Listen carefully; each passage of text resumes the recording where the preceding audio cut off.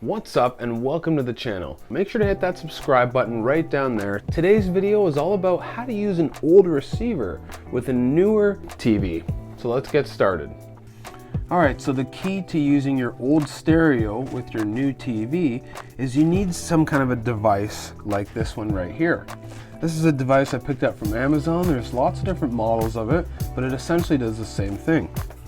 One side, you're going from HDMI, and then you have an HDMI coming out. So this is my TV device, my Roku. So I plug that in here, and then this other HDMI out would go to my TV.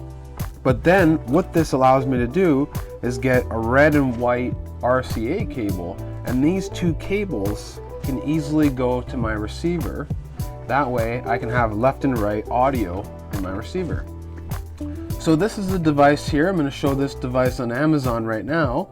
It's about $30, and this is going to allow you to do everything you need. This device has RCA, and it also has a digital optical, and this allows you to have true 5.1 surround sound. Back here, that just gets plugged into the left and right RCA, and that runs up to here. So that is the box you're going to need.